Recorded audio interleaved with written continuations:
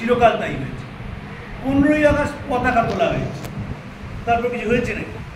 বিপ্লবীরা কী করেছেন দেশের জন্যে, কি অসীম যন্ত্রণা ভোগ করেছেন, কীভাবে ব্রিটিশ পুলিশ তাদের অত্যাচার করেছে, এ নিয়ে কোনো চর্চা কোনো হয়েছে? হয় বাড়িতে হয়নি, স্কুলে হয়নি, পাড়ায় হয়নি, ফলে যা হওয়ার তাই হয়েছে। এই প্রভাত ফেরি, বিবেকানন্দ মানে 12ই জানুয়ারি একটা প্রভাত ফেরি বের করা, সেখানে কিছু স্কুলের ছেলে মেয়ে যাবে, ড্রাম বাজবে, শেষ হয়ে গেল।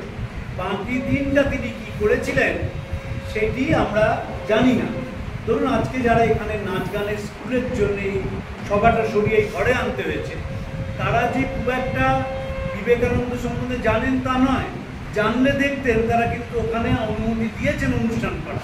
আমরা জানি না স্বামীজি সম্বন্ধে, শুধু স্বামীজি সম্বন্ধে জানি তো তা, আমরা যে রবীন্দ্রনাথ খুব জানি তাও না। আমি যদি এই ঘরে জিজ্ঞেস করি যে রবীন্দ্র রচনাগুলি পুরোটা কজন পড়েছেন, করমচিবি আগ হয়ে যাবে, আবার কোনো কারণ নেই। রবীন্দ্রনাথ মানে কিছু গান 2002-2008 গান, তার মধ্যে বড় জোর 150 খানা গান গাওয়া হয়, তার বাইরে গানগুলো আমরা জানি না।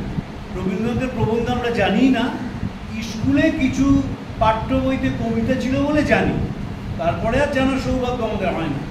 গীতবিতানটা গোটা পড়া এ মানুষ নেই, আর নিবেদিতা তো ছেড়েই দিই। ফলে এই অবস্থায় দাঁড়িয়ে আমরা যখন আলোচনা করছি, তখন মনে রাখতে হবে যে দেশটার যেমন পরিবর্তন ঘটছে, যেমন বাহ্যিক চাকচিক্যের পরিবর্তন ঘটছে, রাস্তার আলো বেড়েছে, পরিকাঠামো বেড়েছে, মানুষের দৈনন্দিন অর্থ ভালো হয়েছে, অর্থনৈতিক অবস্থা মজবুত হয়েছে, একইভাবে বিবেকানন্দ চর্চাও কিন্তু অনেকাংশে বেড়েছে। এখনকার দিনের প্রচুর ছেলে মেয়ে তারা খুব মন দিয়ে বিবেকানন্দ চর্চা করছেন এবং বিভিন্ন জায়গায় তারা বিবেকানন্দ নিয়ে বলছেন। কিন্তু সোশ্যাল মিডিয়া সাইটে যান, দেখবেন প্রচুর আলোচনা হচ্ছে স্বামীজিকে নিয়ে, স্বামীজির গল্প বলা হচ্ছে। আমরা নিজেরা এখানে উপস্থিত আছেন শ্রী সুজিত চন্দ্র বন্দ্যোপাধ্যায়, তার অনুপ্রেরণায় বলুন, তার উৎসাহে বলুন, আমরা বাকচক্র বলে একটি প্রতিষ্ঠান তৈরি করেছি, যার মাধ্যমে প্রত্যেক শনিবার স্বামীজিকে নিয়ে আলোচনা হয়, যেটি সোশ্যাল সাইটে দেখা যায়, বিবেকানন্দ ঘরে ঘরে। এইরকম বহু, আমরা একটু উদাহরণ দিলাম শুধু, বাকচক্রে বহু জায়গায় আলোচনা হচ্ছে। এখনকার তরুণ তরুণীরা মনে রাখতে হবে, আমাদের পূর্বপুরুষদের মতো জোচ্চোর নয়, তারা অসম্ভব সৎ, তারা জিনিসটাকে সামনাসামনি দেখতে চায়, জানতে চায়, প্রশ্ন করতে চায়। আর আমাদের যে পূর্বসূরীরা ছিল, আমি রাসেলের একটা কথা বলি, রাসেল সবসময় বলতেন, all our present follies are inheritance of the past. আমাদের যতগুলো ত্রুটি সবকটা পূর্বসূরীদের কাছ থেকে উত্তরাধিকার সূত্রে পাওয়া। আমাদের পূর্বসূরীরা বলেছিলেন, আমার সন্তান যেন থাকে দুধে ভাতে, আমরা সেইভাবেই হয়েছি। কিন্তু এখনকার দিনে যারা ছেলে মেয়ে আসছে, আমি একটি কলেজের সঙ্গে যুক্ত আছি, সেখানে বিভিন্ন জায়গায় আমি যেহেতু বলতে চাই, যেভাবে ছেলেমেয়েরা পড়াশোনা করছে, স্বামীজিকে জানছে, আমি নিশ্চিত আজকের 12ই জুলাই যখন 50 বছর পরে অনুষ্ঠানটি হবে, তখন আমরা কেউ থাকবো না, যারা থাকবে তারা কিন্তু ঘরে জায়গা দিতে পারবে। এবার সেদিনের আলোচনাটায় চলে যায়। 4 জুলাই স্বামী শারদানন্দজি এবং স্বামী ব্রহ্মানন্দজি কলকাতায় বলরাম বসুর বাড়িতে ছিলেন। বেলুর মঠ থেকে খবর এলো স্বামীজি চলে গেছে। স্বামীজির শরীর একটু একটু করে ভালো হচ্ছিল, চলে যাবেন সকলেই বুঝতে পারছিল, কিন্তু মৃত্যু যে এত তাড়াতাড়ি আসবে সেটি কেউ বুঝতে পারেননি। যখন বেলুর মঠে দুজনে গিয়ে পৌঁছলেন, তখন স্বামী ব্রহ্মানন্দ স্বামীজির গতপ্রাণ শরীরের ওপর ঝাঁপিয়ে পড়ে হু করে কাঁদতে লাগলেন যে কোথায় চলে গেলি। আর স্বামী শারদানন্দজি, তার মনে হলো মাথার ওপর ছাদটা চলে গেল। তিনি 2 লাইনের একটা ছোট্ট চিরকুট লিখে এটি ছেলেকে বললেন, যাও নিবেদিতাকে দিয়ে এসো। সেই চিরকুটটা হচ্ছে, the end has come, Swamiji has slept yesterday at night, never to rise again. সেই ছেলেটি যখন বোসপাড়ালে গিয়ে পৌঁছলো, তখন গভীর রাত, পুরো বোসপাড়ালে ঘুমাচ্ছে। নিবেদিতাকে ডেকে সে চিরকুটটি দিল এবং নিবেদিতা রওনা হলেন বেলুর মঠের উদ্দেশ্যে। মনে রাখতে হবে, তখন তো পরিকাঠামো এত ভালো নয়, ফলে বহু কষ্ট করে বোসপাড়া থেকে যেতে হয়েছে বেলুর মঠে, যেহেতু গভীর রাত্রি, তাই নৌকো পাওয়া যায়নি। পরের দিন ভোরবেলায় বেলুর মঠের একটি ছেলে, সে গিয়ে স্বামীজিদের যে বাড়ি, গৌরমোহন মুখার্জি স্ট্রিট, সেখানে জানালো যে স্বামীজি চলে গেছেন। স্বামীজির মা সেখানে ছিলেন, তিনি কাঁদতে শুরু করলেন, বললেন শরীর বেশ ভালো হচ্ছিল, হঠাৎ কী হলো? পাশে ভূপেন্দ্রনাথ দত্ত স্বামীজির ছোট ভাই দাঁড়িয়েছিলেন, তিনি বললেন যে বাবার যে ব্যারাম সেই ব্যারামই হলো। স্বামীজির পিতা বিশ্বনাথ দত্ত, তিনি 48 বছর বয়সে মারা যান 1884 সালে, এবং যেদিন মারা যান তার পরের দিন স্বামীজির জন্য কনে দেখতে যাওয়ার কথা। বিশ্বনাথ দত্তের পোশাকের পারিপাট্য ছিল, নিজেই বেছে নিয়েছেন কি পোশাক পরে পরের দিন যাবেন। জলখাবার খেয়েছেন, তারপর গরম লাগতে শুরু করে, ঘাম হতে শুরু করে, ভুবনেশ্বরী দেবী হাওয়া করতে লাগেন, বিশ্বনাথ দত্তের বুকে ব্যথা শুরু হয় এবং তার কিছুক্ষণ পরেই তিনি মৃত্যুর কোলে ঢলে পড়েন। স্বামীজির যখন প্রথম হার্ট অ্যাটাক হয়েছিল 1895 সালে ইংল্যান্ডে, তখন একজন আমেরিকান সাংবাদিক সেখানে উপস্থিত ছিলেন। স্বামীজি তাকে বলেন এটা আমাদের পারিবারিক ব্যাধি। তারপর স্বামীজি সামলে নেন। প্রথমবার হার্ট অ্যাটাক হয় তখন 1895, দ্বিতীয়বার গরুর গাড়ির মধ্যে হার্ট অ্যাটাক হয় উত্তরপ্রদেশে। তারপর ডায়াবেটিসে 2টো কিডনি নষ্ট হয়ে যায়, একটা চোখ নষ্ট হয়ে যায়, এবং যখন মারা যান তখন পা ফুলছে। একটি চিঠি নিবেদিতা লেখেন স্বামীজির মারা যাওয়ার 2 মাস আগে যে আপনি কেমন আছেন। স্বামীজি উত্তরে বলেন এত কাজ করতে হয় যে বুঝতে পারি না কেমন আছি, আর বুঝতেই যখন পারি না তখন ধরে নিতে হবে আমি ভালো আছি। এই যে ধরে নিতে হবে আমি ভালো আছি, এটি স্বামীজির বৈশিষ্ট্য। অত কাজ, অত যন্ত্রণা, কিন্তু কখনোই স্বামীজি কাউকে সেই যন্ত্রণার কথা বলেননি। দেশটাই ছিল তার সবার আগে। সাউথ সুবারবান মেন স্কুলে কেন স্মরণ সভা হলো? স্বামীজি উত্তর কলকাতায় জন্মেছিলেন, উত্তর কলকাতায় বড় হয়েছেন। উত্তর কলকাতার শোভাবাজার রাজবাড়ি ছিল, অ্যালবার্ট হল ছিল, সেখানে কেন স্মরণ সভা করা গেল না? কারণ তখনকার সমাজপতিরা বললেন যে কায়েতের ছেলের আবার স্মরণ সভা, কায়েতের ছেলের স্মরণ সভা হতে পারে না। যদি আপনার বেলুড় মঠে যান দেখবেন স্বামীজির একটি স্মৃতি মন্দির আছে। ওই স্মৃতি মন্দিরটি তৈরি করতে 2 দশক সময় লেগেছিল, কারণ কায়েস্ত ছেলে বলে কেউ টাকা দিতে আসেনি। ফলে মনে রাখবেন আমরা সেই উত্তরাধিকার নিয়ে জন্মেছি। বাঙালির বৈশিষ্ট্য হচ্ছে যে বড় মানুষকে কি করে খাটো করে দেখাতে হয়, সারা পৃথিবীতে বাঙালির দ্বিতীয় উদাহরণ নেই। ধরুন এই যে রবীন্দ্রনাথ এবং বিবেকানন্দ, এই নাম দুটো উচ্চারণ করলেই আমাদের মনে হয় যেন ক্যাসিয়াস ক্লে এবং সনি লিস্টনের মতো দুজন মারামারি করেছে। তার কারণ কি? 70 দশকের মাঝামাঝি 2টো বই বেরিয়েছিল। তারা লিখেছিলেন, একজন লিখলেন বিবেকানন্দ চাইলেও, রবীন্দ্রনাথ চাইলেও বিবেকানন্দ মেশেননি, আরেকজন লিখলেন কবিও সন্ন্যাসী। এবং বাঙালি যেহেতু প্রতিপক্ষ তৈরি করতে ওস্তাদ, মোহনবাগান, ইস্ট বেঙ্গল, উত্তম কুমার, সৌমিত্র চ্যাটার্জি, সুচিত্রা মিত্র, কণিকা বন্দ্যোপাধ্যায়, ফলে এটাও সেই জায়গায় নিয়ে চলে গিয়েছে। যারা লেখক ছিলেন তারা যদি একটু পড়াশোনা করতেন তাহলে আমাদের ভুলটা ভেঙে যেত, তাহলে দেখা যেত যে পরস্পরের প্রতি কি গভীর শ্রদ্ধা ছিল। আমরা আশা করেছিলাম যে বিবেকানন্দ এবং রবীন্দ্রনাথ যেন বেঞ্চিতে বসে দুজন গল্প করবে, সেটা সম্ভব ছিল না। স্বামীজি স্বল্পায়ু ছিলেন বলে। স্বামীজি 1893 সালে আমেরিকায় চলে যান, তখন তার 30 বছর বয়স। 1897 সালে তিনি ভারতবর্ষে ফেরেন, বেলুড় মঠ এবং রামকৃষ্ণ মিশন তৈরি করেন। 1899 সালে আবার বিলেতে যান, 1900 সালের শেষে ফেরেন, 1901 সালে ভগ্ন স্বাস্থ্যে পূর্ববঙ্গে যান এবং 1902 সালে তার জীবন দিক নিভে যায়। ফলে তার পক্ষে অন্য কিছু করা সম্ভব ছিল না। ব্রহ্মবান্ধব উপাধ্যায় স্বামীজির খুব বন্ধু ছিলেন। তিনি জিজ্ঞেস করেছিলেন যে চলো নরেন, আবার আমরা দুজনে বেদান্ত শুরু করি। তাতে উত্তরে স্বামীজি বলেছিলেন, আমার শরীর ভেঙে গেছে, একটা মঠ তৈরি করেছি, এটাকেই এখন এটা নিয়েই আমি মেতে থাকতে চাই। তার শরীর দেয়নি, ফলে তার পক্ষে রবীন্দ্রনাথের সঙ্গে যাওয়া, দেখা করা বা কথা বলা সম্ভব ছিল না। দেখা যে হয়নি দুজনের তা নয়, দেখা যে দুজনের হয়নি তা নয়, দেখা হয়েছিল নিবেদিতার চা চক্রে। সেই চা চক্রে স্বামীজি তাঁর পরিচিত ভদ্রলোকদের সঙ্গে কথা বলতে শুরু করলেন, রবীন্দ্রনাথ তাঁর পরিচিত ভদ্রলোকদের সঙ্গে কথা বলতে শুরু করলেন। রবীন্দ্রনাথ একটি গান গেয়েছিলেন, বিবেকানন্দ কিছু বক্তব্য রেখেছিলেন, কিন্তু পুরোটাই বাংলায়। নিবেদিতা বাংলা তখন কিচ্ছু জানেন না, ফলে নিবেদিতার পক্ষে কি নিয়ে আলোচনা হলো সেটি লেখা সম্ভব ছিল না, এবং সেই চার চক্রে দুধ পাওয়া যায়নি, সেই দুধ নিয়ে আসা হয় এবং সেই চার চক্রটা আয়োজিত হয়েছে। রবীন্দ্রনাথ এবং বিবেকানন্দ দুজনেই দুজনকে একদম ছোট বয়স থেকে চিনতেন, কারণ বিবেকানন্দ ব্রাহ্ম সমাজে যাওয়া শুরু করেন। তিনি প্রথম ব্যক্তি যিনি রবীন্দ্রসঙ্গীতটিকে ব্রাহ্ম সমাজের বাইরে নিয়ে যান। ৫৭তম মহোৎসবের অনুষ্ঠান প্রধান আচার্য মশাইয়ের বাড়িতে, সেখানে প্রথম স্বামীজি গান গেয়েছিলেন, তোমারেই করিয়াছি সত্যমঙ্গল প্রেমময় তুমি ধ্রুবজ্যোতি তুমি অন্ধকারে। এই গানটি প্রথম তিনি গেয়েছিলেন। এবং জোড়াসাঁকোর বাড়িতে কেন যেতেন?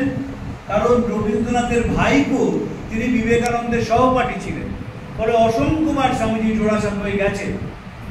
ছাত্র জীবনে বৈষ্ণবচরণ বসাকের সঙ্গে বিবেকানন্দ একটি গ্রন্থ রচনা করেন, তার নাম সঙ্গীত কল্পতরু।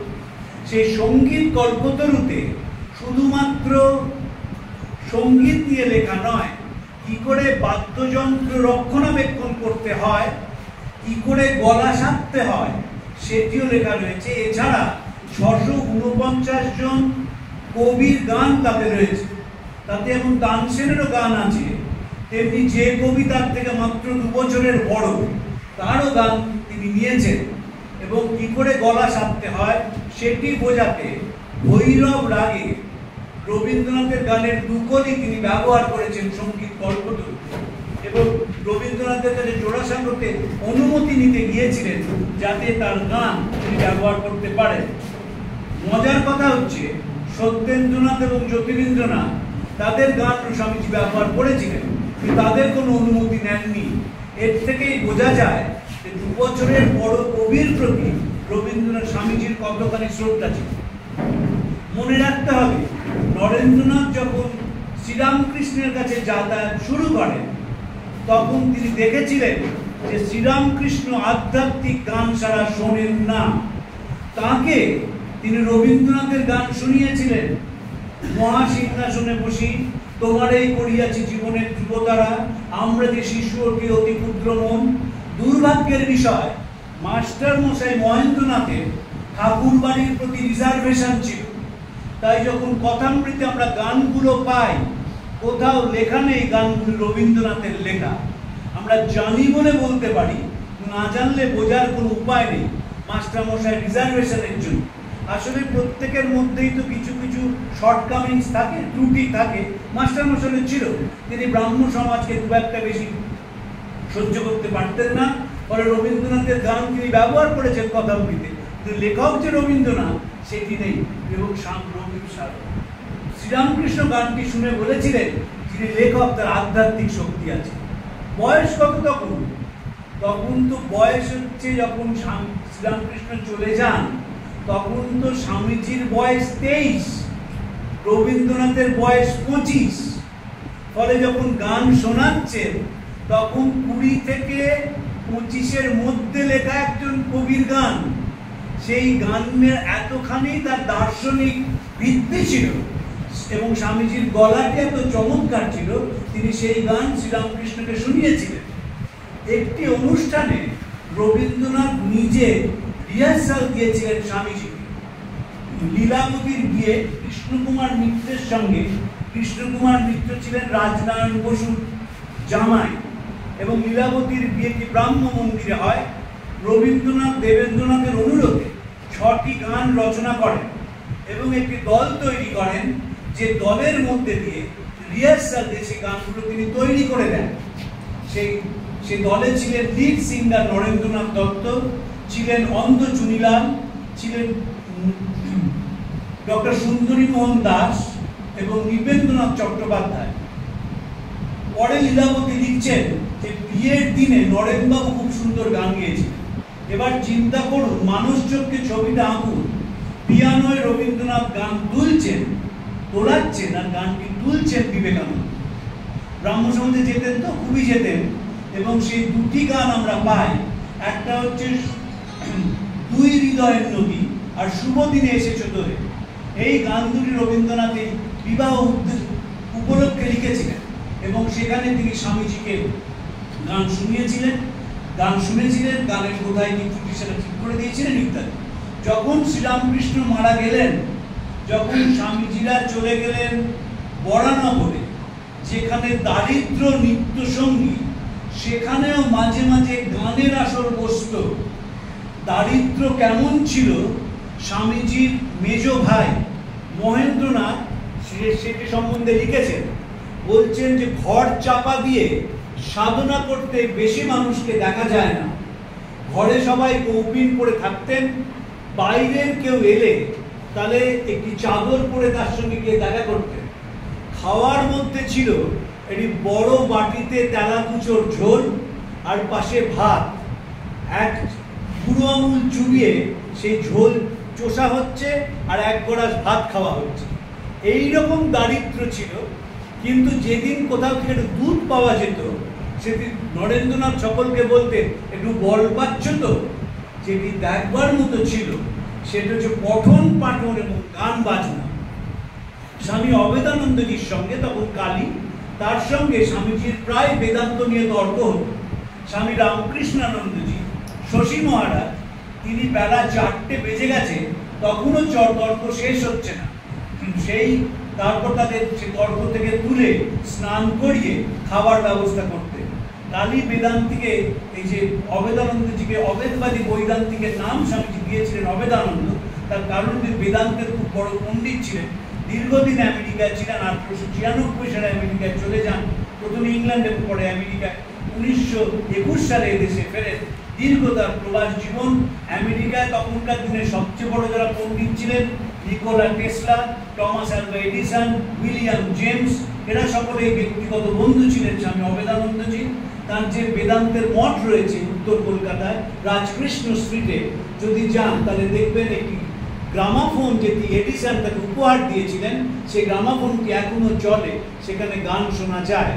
অবেদানন্দজি খুবই কাজ করেছিলেন আমেরিকা এবং বেদান্ত সোসাইটি তৈরি করেন। তো স্বামীজিরা যেদিন একটু ভালো মেজাজে থাকতেন, সেদিন গান বাজনা হতো। গিরিশচন্দ্র ঘোষ, তিনি মাঝে মাঝেই গিয়ে বরানগরে যেতেন এবং বরানগরে গিয়ে তিনি এদের সঙ্গে তো মিশতেন বন্ধুর মতন এবং গান গাইতে অনুরোধ করতেন। আমরা দেখব স্বামীজি দুজনের গান সবচেয়ে বেশি গেয়েছেন। একজন অযোধ্যানাথ পাকরাশি, তার 2টি গান স্বামীজি গাইতেন। একটি গান বহু শ্রুত এবং জনপ্রিয়, মন চরণিজ নিকেতনে। আরেকটি গান ছিল তুমি অবসর যদি পাও, আমার দুয়ারে ক্ষণিকের তরে ক্ষণেক এসে দাঁড়াও, নয়নে আমার শ্রাবণের ধারা করে, দাও ভে মুছায় করুণ কমল করে, হৃদয় আকুল নয়ন ব্যাকুল অকুলে কুল মিলাও, তুমি অবসর যদি পাও। কামনার শিখা সদাই জ্বলিছে অশান্ত অন্তরে, নীরব নিবিড় নিভৃত বেদনা কাঁদিয়া কাঁদিয়া মরে, শত ব্যথা মোর শত দল দলে চরণে দলিতে দাও, তুমি অবসর যদি পাও, আমার দুয়ারে ক্ষণিকের তরে ক্ষণেক এসে দাঁড়াও। গিরিশচন্দ্র যে যাচ্ছেন মাঝে মাঝে এই বরানগর মঠে, সেই সম্বন্ধে একটি অসাধারণ ঘটনা আছে। একদিন শশধর তর্কচূড়ামণি তিনি গিয়ে পশুপতি বোসকে বললেন, জানেন গিরিশ আজকাল গঙ্গা স্নান করা শুরু করেছে। পশুপতি বোস বললেন, দাঁড়াও, ওই মাতাল গিরিশ আজকাল গঙ্গা স্নান করছে, তুমি দেখেছো? আমি কি দেখেছি। শুধু তাই নয়, আজকাল যখন অভিনয় শেষ হয়, গিরিশ আর কুপাড়ায় যায় না। বরানগরে কি একটা মঠ তৈরি হয়েছে যুবকদের, গিরিশ সেইখানে অনেকক্ষণ ধরে সময় কাটায়। আর সেদিন গঙ্গা স্নানে আমি গেলাম, গিয়ে দেখলাম যে গঙ্গায় নেমে গিরিশ হাউ হাউ করে কাঁদছে। আমি পিছনে দাঁড়িয়ে শুনছি, গিরিশ মা গঙ্গার উদ্দেশ্যে বলছে যে এই যে এত মানুষ গঙ্গায় আসে, তারা তো গঙ্গাকে পাপ দিয়ে চলে যায়, সেই পাপ ধোয়ার কেউ নেই, তাই গঙ্গা সেই পাপ সেই ভার আর নিতে পারছে না। তাই গিরিশ বলছেন মা গঙ্গাকে, আমার যে শরীর, এই শরীর রামকৃষ্ণ ঠাকুর ছুঁয়ে দিয়েছে, শরীরটা সোনা হয়ে গেছে, তাই আমি তোমার কাছে প্রতিদিন স্নান করতে আসি তোমাকে পাপমুক্ত করার জন্য। তো গিরিশ যখন যেতেন বরানগরে, তিনি গিয়ে গান বাজনা করতেন এবং স্বামীজি সেখানে আমরা দেখব 3টি গান গেয়েছেন সবচেয়ে বেশি। একটি হচ্ছে আমরা যে শিশু অতি অতি ক্ষুদ্র মন, দ্বিতীয় হচ্ছে তোমারেই করিয়াছি জীবনের ধ্রুবতারা, এবং তৃতীয় হচ্ছে মহাসিংহাসনে বসে। স্বামী ভীষণ গেয়েছে, যে ঠাকুরকেও শুনিয়েছেন, ঠাকুর সমাধিস্থ হয়েছে গান শুনে। এবং রবীন্দ্রনাথ ঠাকুরকে গান শুনিয়েছিলেন, সেটিও মাস্টারমশাইয়ের উদাসীনতায় আমরা পাই না। কাশীশ্বর মিত্রের বাড়িতে একবারই রবীন্দ্রনাথের সঙ্গে শ্রীরামকৃষ্ণের দেখা হয় এবং সেইখানে ব্রাহ্ম উৎসব ছিল। তার খবরটি বেরোয় স্টেটসম্যান কাগজে। সেই স্টেটসম্যান কাগজ পড়ে জানা যায়, স্টেটসম্যান লিখেছিল, in the afternoon Sri Ramakrishna discoursed on philosophy and religion. In the evening choir started. It was led by Babu Rabindranath Tagore, youngest son of Devendranath Tagore and grandson of Pandit Dwarkanath Tagore. এই খবরটি স্টেটসম্যানে বেরিয়েছিল। এর থেকেই জানা যায় যে 2রা মে 1884 সাল শ্রীরামকৃষ্ণ গিয়েছিলেন কাশীশ্বর মিত্রের বাড়িতে। সেটিও ছোট করে আছে বর্ণনা, আলোচনা আছে, কিন্তু কে গান গেয়েছিলেন, কি গান গেয়েছিলেন মাস্টারমশাই সেটি লেখেননি। কিন্তু স্টেটসম্যান বলছে যে কয়ার হয়েছিল, রবীন্দ্রনাথ সেখানে গান গেয়েছিলেন। রবীন্দ্রনাথের অসাধারণ গানের গলা ছিল, আপনারা জানেন। পরে দলের গলাটি নষ্ট হয়ে যায়, তার অন্য কারণ, সে ব্যাখ্যায় আমি যাচ্ছি না। এবং শ্রীরামকৃষ্ণ শুনেছিলেন সামনে বসে তার গান। স্বামীজি অসংখ্যবার শুনেছেন, কারণ ব্রাহ্ম সমাজে যেহেতু যেতেন এবং রবীন্দ্রনাথ ব্রাহ্ম সমাজে আসতেন, তাই পরস্পরের যোগাযোগও ছিল। এবং সেই যোগাযোগটা যত দিন গেছে তত বেড়েছে। ধরুন, স্বামীজি গিয়ে পাশ্চাত্যে 1893 সালে শিকাগোয় সাংঘাতিক বক্তৃতা দিলেন।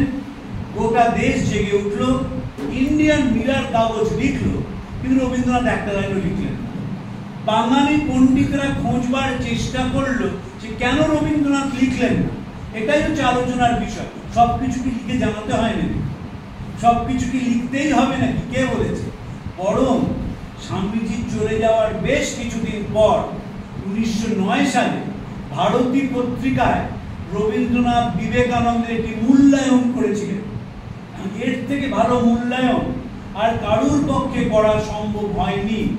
রোমা রোলা তার বিখ্যাত গ্রন্থ life of Vivekananda universal gospel, সেখানে অনেকভাবে তিনি মূল্যায়ন করেছেন বিবেকানন্দের, কিন্তু বাংলা ভাষায় এর থেকে ভালো মূল্যায়ন নেই। রবীন্দ্রনাথ লিখেছিলেন, অল্পদিন পূর্বে বাংলাদেশে যে মহাত্মার মৃত্যু হইয়াছে, সেই বিবেকানন্দ পূর্ব ও পশ্চিমকে দক্ষিণীয় বামে রাখিয়া মাঝখানে দাঁড়াইতে পারিয়াছিলেন। ভারতবর্ষের ইতিহাসে পাশ্চাত্যকে অস্বীকার করিয়া সংকীর্ণ সংস্কারের মধ্যে ভারতবর্ষকে সীমাবদ্ধ করা তাহার জীবনের শিক্ষা নহে।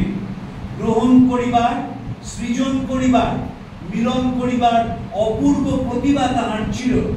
তিনি ভারতের সাধনাকে পশ্চিমে ও পশ্চিমের সাধনাকে ভারতে দিবার ও লইবার পথ রচনা করিতে গিয়া নিজের জীবনকে উৎসর্গ করিয়াছিলেন। যখন উদ্বোধন পত্রিকা বেরোয় 1899 সালে 1 মাঘ, স্বামীজি তার ভূমিকায় লিখেছিলেন, উদ্বোধনের জীবনোদ্দেশ্য হবে পূব এবং পশ্চিমের মিলন।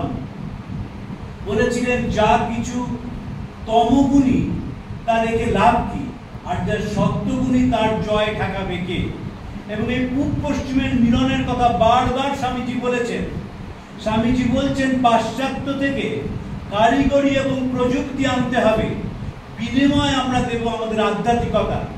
যখন বিবেকানন্দ বিখ্যাত হননি শিকাগোয়, বোস্টনের একজন সাংবাদিক স্বামীজিকে জিজ্ঞেস করেছিলেন, আপনি কেন এদেশে এসছেন? সেই সাংবাদিক যে রিপোর্ট দেন তাতে বিবেকানন্দের নামটিও ভুল। তিনি বিবেকানন্দকে ভীরুকানন্দ লেখেন। কিন্তু যখন জিজ্ঞেস করেছিলেন তখন স্বামীজি বলেছিলেন, আমার কাজ হচ্ছে এখান থেকে অর্থ উপার্জন করে দেশের গরিব মানুষদের জন্য কিছু করা, তাদের তারা দুবেলা ভরপেট খেতে পায় সেই ব্যবস্থা করা। আমরা বারবার দেখব রবীন্দ্রনাথ এবং বিবেকানন্দ তারা দুজনেই সাধারণ মানুষের মধ্যে ফিরে গেছেন। যে অত্যন্ত অর্থবান পরিবারে রবীন্দ্রনাথ জন্মেছিলেন, বৃত্তদের মধ্যে বড় হয়েছিলেন। তিনি জীবন স্মৃতিতে লিখছেন বৃত্ত রাজতন্ত্র, স্লেভ ডাইনেস্টি। তার মধ্যে থেকেও আমরা দেখব যারা দরিদ্র মানুষ তাদের প্রতি রবীন্দ্রনাথের সীমাহীন অনুভূতি ছিল। এবং বিবেকানন্দকে আমরা দেখব যে বাড়িতে তিনি জন্মেছিলেন, বিশ্বনাথ দত্তের উপার্জন কত ছিল সেটি জানা যায় না। তার শরীর চলে যাওয়ার পর তার বন্ধু নিমাই চরণ বোস লিখেছিলেন যে দত্ত পরিবারের মাসিক খরচ 1884 সালে 6000 টাকা ছিল। 6000 টাকা 1884 সালে, মানে বুঝতেই পারছেন কিভাবে তারা বেঁচেছিলেন। বিবেকানন্দ যখন 14 বছর বয়স হয়, বাবা তাকে ভালোবেসে টাট্টু ঘোড়া কিনে দিয়েছিলেন। টাট্টু ঘোড়া কিনে দেওয়া মানে এখন যেমন বড় লোকেরা ছেলেদের জন্মদিনে কাওয়াসাকি মোটরসাইকেল কিনে দেয়, তখন তাই সেই টাট্টু ঘোড়া নিয়ে বিবেকানন্দ ছুটে বেড়াতেন কলকাতার রাজপথে। কিন্তু সাধারণ মানুষের প্রতি তার যে দরদ, সাধারণ মানুষের প্রতি তার যে টান, সাধারণ মানুষের প্রতি যে শ্রদ্ধা, তাই তিনি বলতে পেরেছিলেন নতুন ভারত বেরুক চাষার কুটির থেকে, গুনাওয়ালা উনুনের পাশ থেকে, ঝোড় জঙ্গল পাহাড় পর্বত থেকে। বলতে পেরেছিলেন হে ভারতের শ্রমজীবী, আমি তোমাদের প্রণাম করি। রবীন্দ্রনাথের কবিতায় আমরা দেখব যে বারবার সেই সাধারণ মানুষের জয়গান এসেছে। তিনি সাধারণ মানুষের কথা বলেছেন এবং প্রবন্ধতে বারবার রবীন্দ্রনাথ সাধারণ মানুষের কথা বলেছিলেন। বিবেকানন্দের কতখানি ইনফ্লুয়েন্স রবীন্দ্রনাথের মধ্যে আছে সেটি বোঝা যায়। 1921 সালে স্টকহোমে Rabindranath Nobel prize acceptance speech দিয়েছিলেন। যে বছর নোবেল পুরস্কার পান তার পরের বছর বিশ্বযুদ্ধ লেগে যায়। বিশ্বযুদ্ধ লেগে যায় বলে Nobel prize acceptance speech Rabindranath দিতে পারেননি। এবং যখন 1921 সালে তিনি স্টকহোমে দেন, সেখানে বলেছিলেন যে আমাদের দুর্ভাগ্য যে প্রাচ্য পাশ্চাত্যকে সন্দেহের চোখে দেখল। এটাও আমাদের বড় দুর্ভাগ্য যে পাশ্চাত্য প্রাচ্যকে নিল না। যদি দুটি সভ্যতা একে অপরকে গ্রহণ করতে পারত তবে পৃথিবী অন্য মাত্রা পেত। 1921 সালে এ কথাটি বলা কিন্তু সোজা নয়, অত্যন্ত কঠিন। যেমন 1893 সালে বলা কঠিন যে আগামী দিনে সব ধর্মের ওপর শত বাধা সত্ত্বেও লেখা হবে বিবাদ নয় সহায়তা, বিনাশ নয় পরস্পরের ভাবগ্রহণ, মতবিরোধ নয় ঐকতান শান্তি। অনেকেই মনে করেন যারা মন দিয়ে রবীন্দ্রনাথ পড়েননি যে রবীন্দ্রনাথ বিপ্লব আন্দোলনের বিরুদ্ধে ছিলেন। বিবেকানন্দ সম্বন্ধে রবীন্দ্রনাথ লিখছেন বাংলাদেশের যুবকদের মধ্যে যে দুঃসাহসিক অধ্যাবসায়ের পরিচয় পায় তার মূলে আছে বিবেকানন্দের বাণী, যা তাদের আত্মাকে ডেকেছিল। এবং এই বাণী কাজের মধ্যে দিয়ে সেই আত্মার উদ্বোধন ঘটিয়েছে। বিবেকানন্দ যা লেখেন, বিবেকানন্দ যা বলেন, তার পুঙ্খানুপুঙ্খ খবর রাখতেন রবীন্দ্রনাথ। দীনেশচন্দ্র সেনকে বলেছিলেন যে প্রাচ্য পাশ্চাত্য পড়েছ, বিবেকানন্দ স্বামীর কোন লেখা পড়েছ? যখন দীনেশচন্দ্র বলেন পড়িনি, তখন রবীন্দ্রনাথ বলেছিলেন তুমি পড়ে দেখো বাংলা ভাষার কি জোর। বিবেকানন্দ আমাদের চোখে আঙুল দিয়ে দেখিয়েছে। এই যে আধুনিক বাংলা ভাষা, সেটি বিবেকানন্দ শুরু করেছিলেন। এবং বিবেকানন্দের যে ছোট কয়েকটা বই মাত্র পাওয়া যায়, অসিত কুমার বন্দ্যোপাধ্যায় বিশ্ববিবেক গ্রন্থে বিবেকানন্দের লেখা সম্বন্ধে বলতে গিয়ে বঙ্কিমচন্দ্র রাজকৃষ্ণ মুখোপাধ্যায় প্রথম শিক্ষা বাংলার ইতিহাস বইটি যে গ্রন্থ সমালোচনা করেছিলেন, সেই প্রসঙ্গটি টেনে আনেন। বঙ্কিমচন্দ্র বলেছিলেন রাজকৃষ্ণবাবু ইচ্ছা করিলেই গোটা বাংলা ভাষার ইতিহাস লিখিতে পারিতেন, তা না লিখিয়া তিনি বালক শিক্ষার্থ একটি ক্ষুদ্র পুস্তিকা রচনা করিয়াছেন। যে দাতা ইচ্ছা করিলেই এক রাজ্য ও রাজকন্যা দিতে পারে, সে কৃপা করিয়া মুষ্টি ভিক্ষা দিয়া ভিক্ষুককে বিদায় করিয়াছে। বিবেকানন্দের 4টি বই, প্রাচ্য পাশ্চাত্য, বর্তমান ভারত, ভাববার কথা এবং পরিব্রাজক, সেই বই সম্বন্ধে অসিত কুমার বন্দ্যোপাধ্যায় বলেছেন যে দাতা ইচ্ছে করলেই গোটা রাজ্য এবং এক রাজকন্যা দিতে পারে, সে কৃপা করে মুষ্টি ভিক্ষা দিয়ে ভিক্ষুককে বিদায় করেছে। এই যে বাংলা ভাষা, আধুনিক বাংলা, বঙ্কিমচন্দ্র এই বাংলা মেনে নেননি, বলেছিলেন যে গুতমী ভাষা, গুতম প্যাঁচার নকশা সম্বন্ধে বলেছিলেন যে ভাষা অশ্লীল, যেখানে পবিত্রতা নেই সেখানে অশ্লীলতায় ভরা, গুতমী ভাষা দরিদ্র, তার শব্দধন নেই। কিন্তু বিবেকানন্দ যেহেতু আধুনিক মনের মানুষ ছিলেন, তিনি বললেন দেখো সবস্বামীর মীমাংসা ভাষ্য দেখো, গৌতমের ভাষ্য দেখো, আর অর্বাচীনের বাংলা দেখো। 10 পাতা লম্বা লম্বা বিশেষণের পরে দুম করে রাজা আসে। যখন ভাষা বেঁচে থাকে তখন জ্যান্ত ভাষা কথা কয়, আর মরে গেলে মরা ভাষা কথা কয়। তখন রাশিকৃত ফুলচন্দন দিয়ে সেই পচা গলা ভাবটাকে ঢেকে রাখবার চেষ্টা করা হয়। আপকাটের তক্তাপোষ, উত্তর কলকাতার ছেলে ছিলেন তো, আপকাটের তক্তাপোষ তিনি বাংলা সাহিত্যে নিয়ে এসেছিলেন। এবং সবচেয়ে বড় কথা হচ্ছে তিনি এক জায়গায় লিখছেন, আমি পারবি না তো কোন সারা পারে।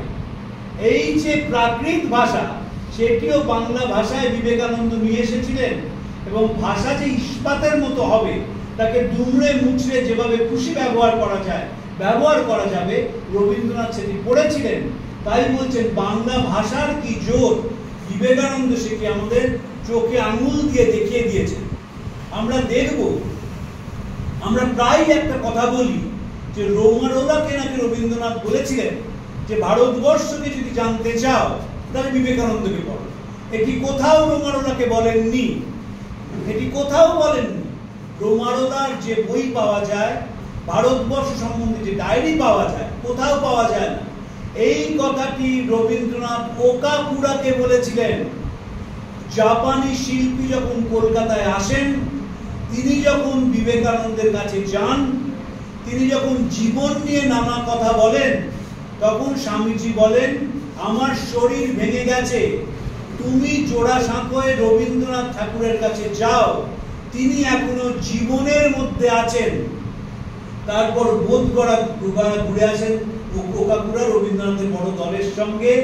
তার ফিরে আসার পর রবীন্দ্রনাথ বলেছিলেন যদি ভারতবর্ষকে জানতে চাও তাহলে বিবেকানন্দকে জানো, তার মধ্যে নেতিবাচক কিছু নেই, সবকিছু ইতিবাচক।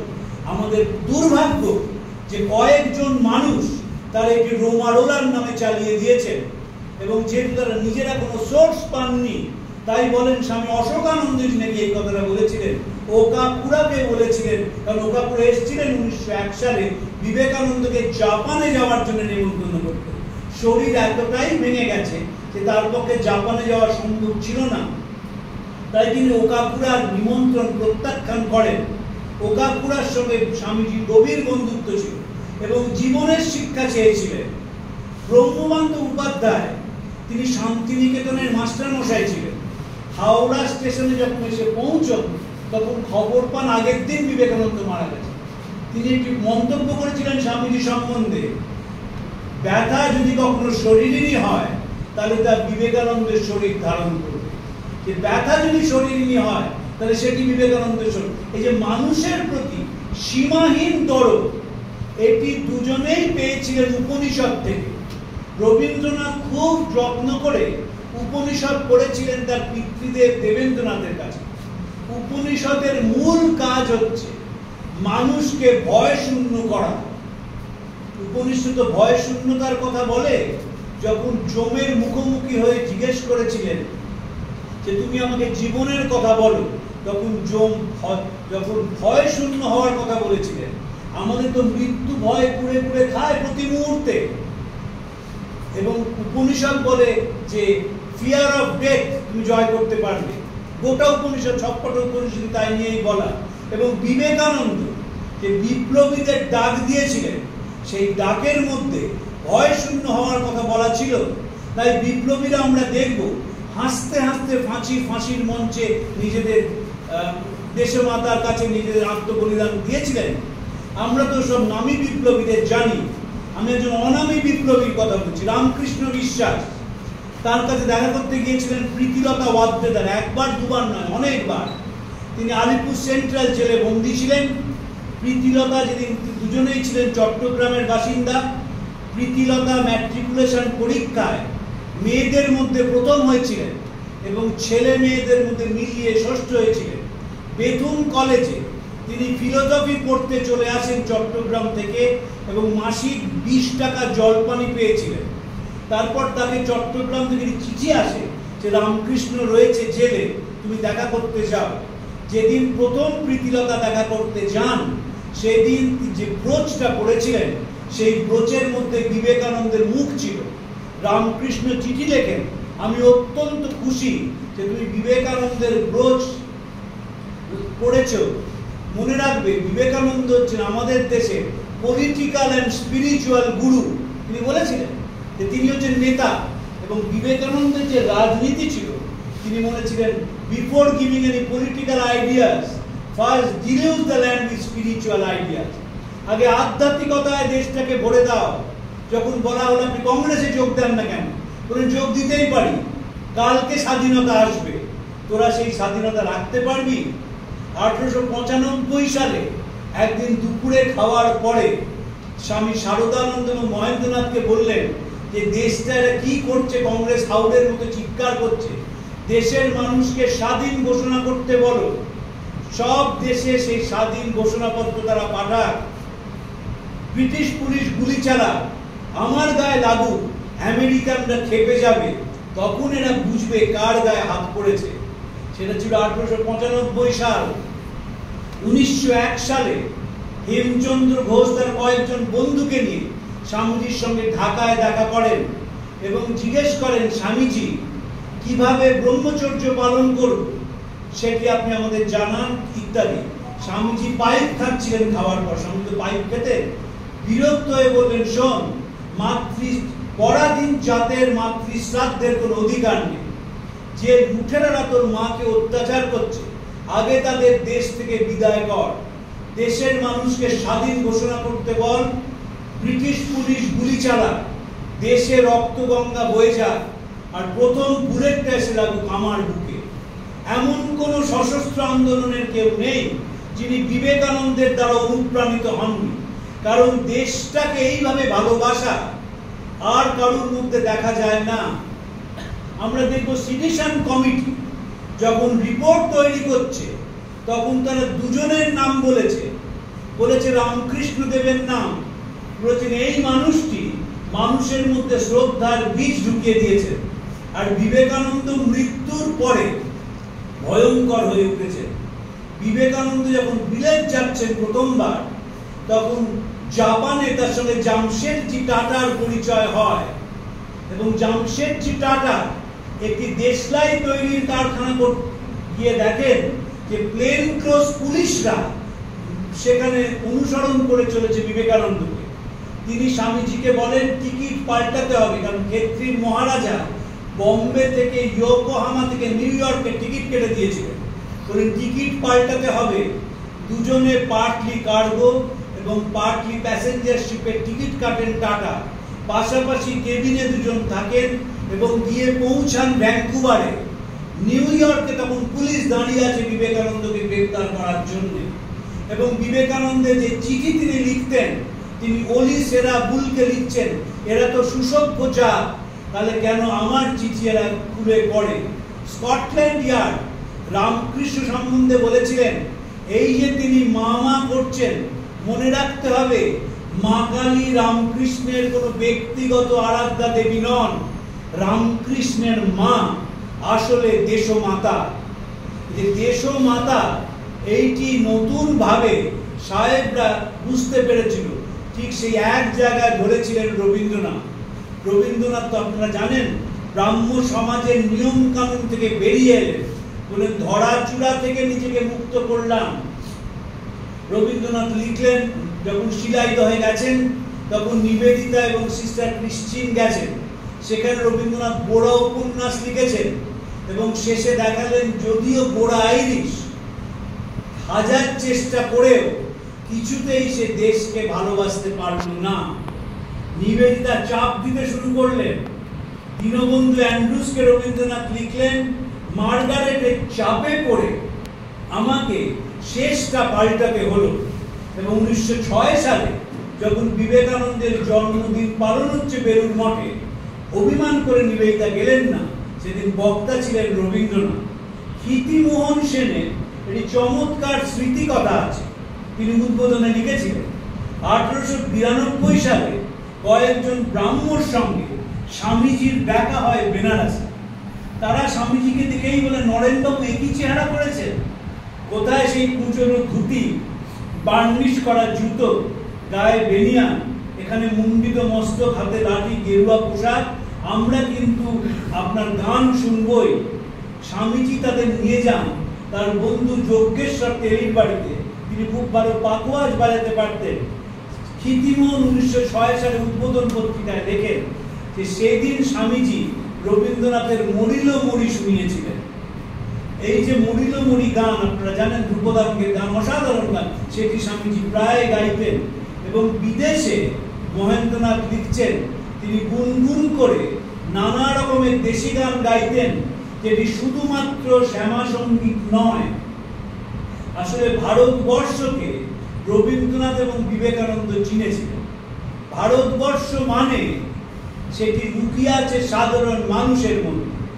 তার যে ইতিহাস, তার যে ভূগোল, তার যে জীবনযাত্রা, যে সাধারণ মানুষের কাছে না গেছে, সে ভারতবর্ষকে চিনতে পারেনি।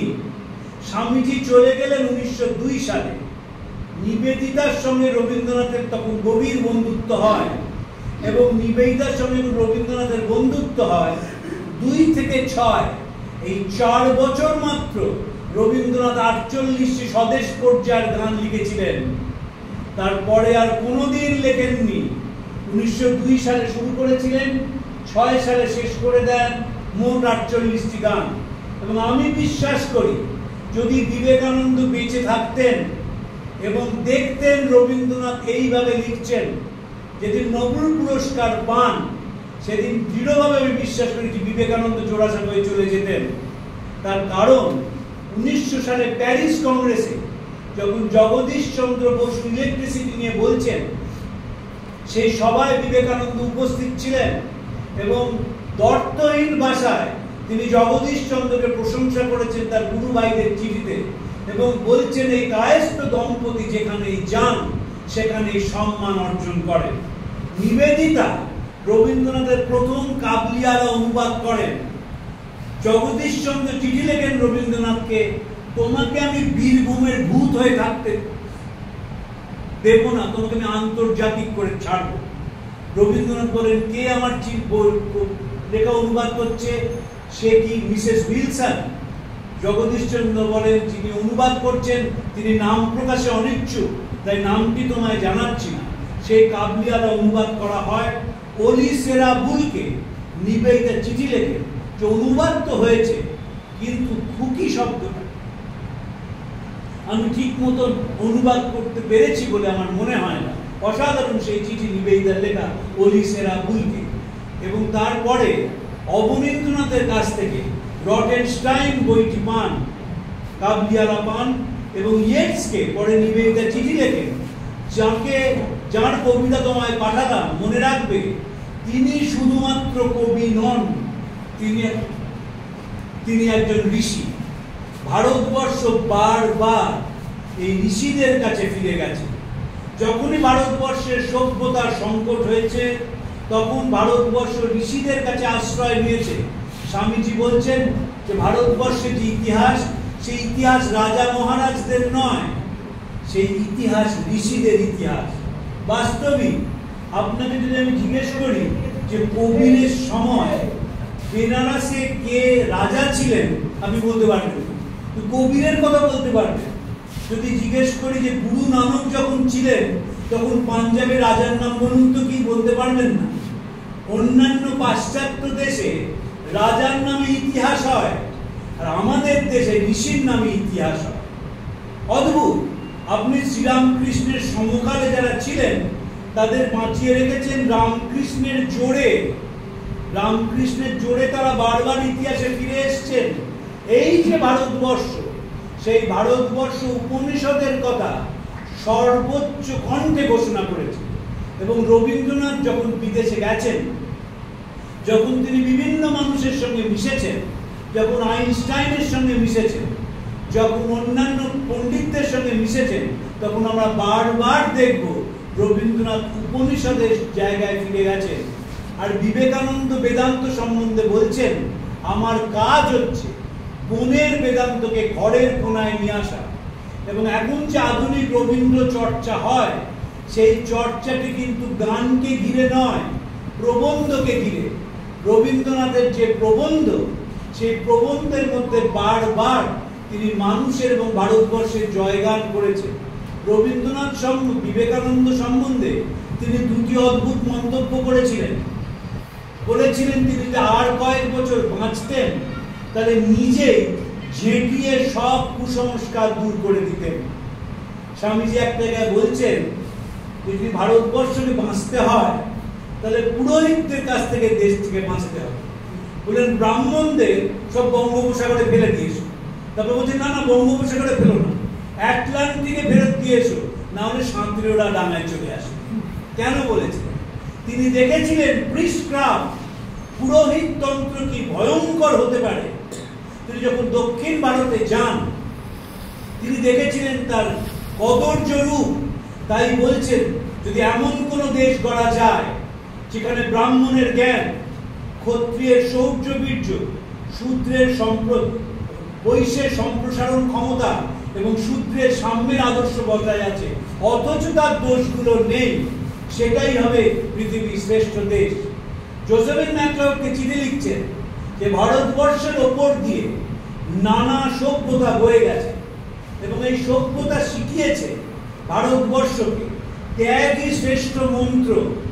পাশ্চাত্যের মানুষ নতুন সভ্যতার সুরাপানে মত্ত।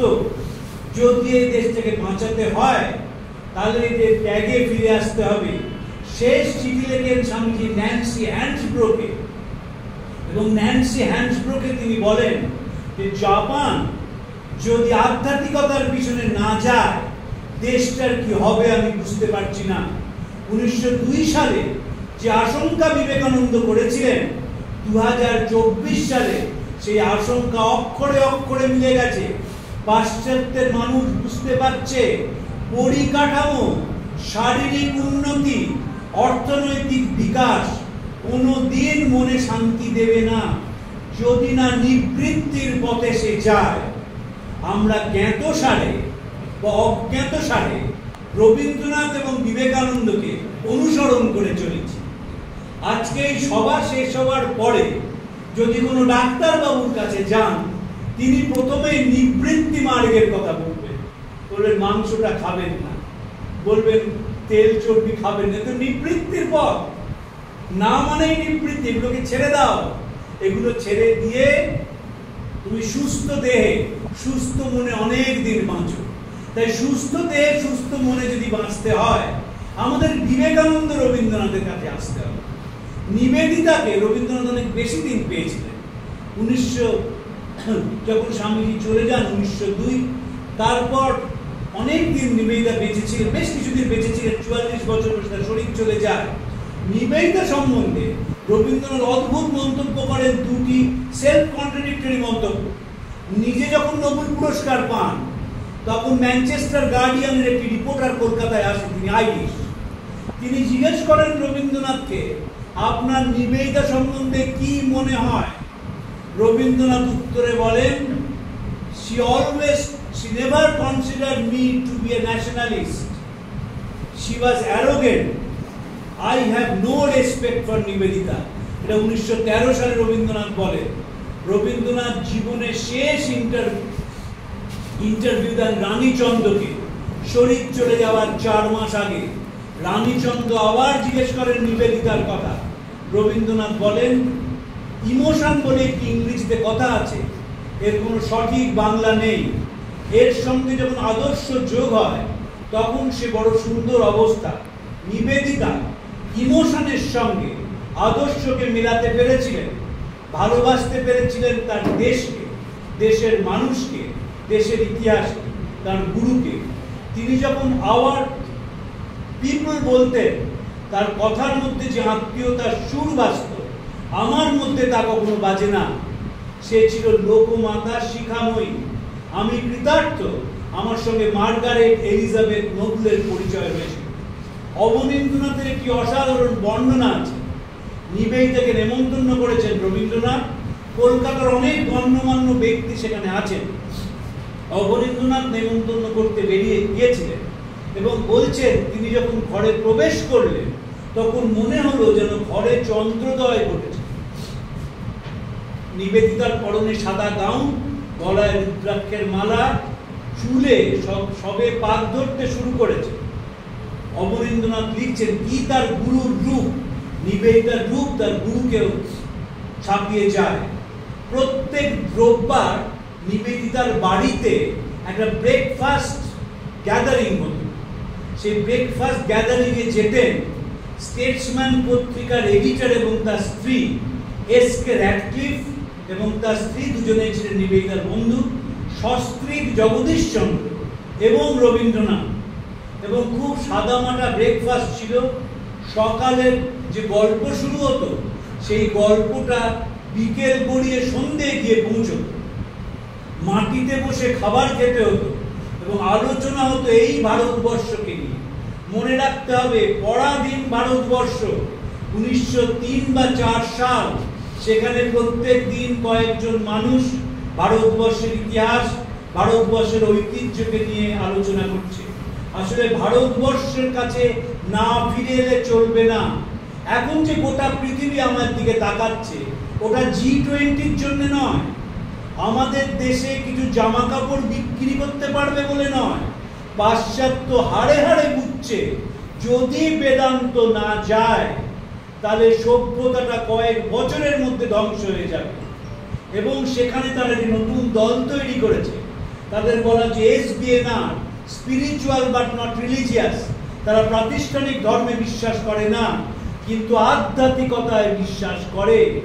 রবীন্দ্রনাথ এবং বিবেকানন্দ এই আধ্যাত্মিকতার কথা বারবার বলছেন। আধ্যাত্মিকতা মানে পুজো করা নয়, নিরামিষ খাওয়া নয়, গঙ্গা স্নান করা নয়, অন্তরের উপলব্ধি আমি এবং আমার পাশের মানুষটি স্বরূপত এক, এবং জীবনটি আনন্দময় হয়ে ওঠে যখন যে মানুষ পিছিয়ে পড়েছে তার চোখের জল মোছানোর ব্রত কেউ নেয়।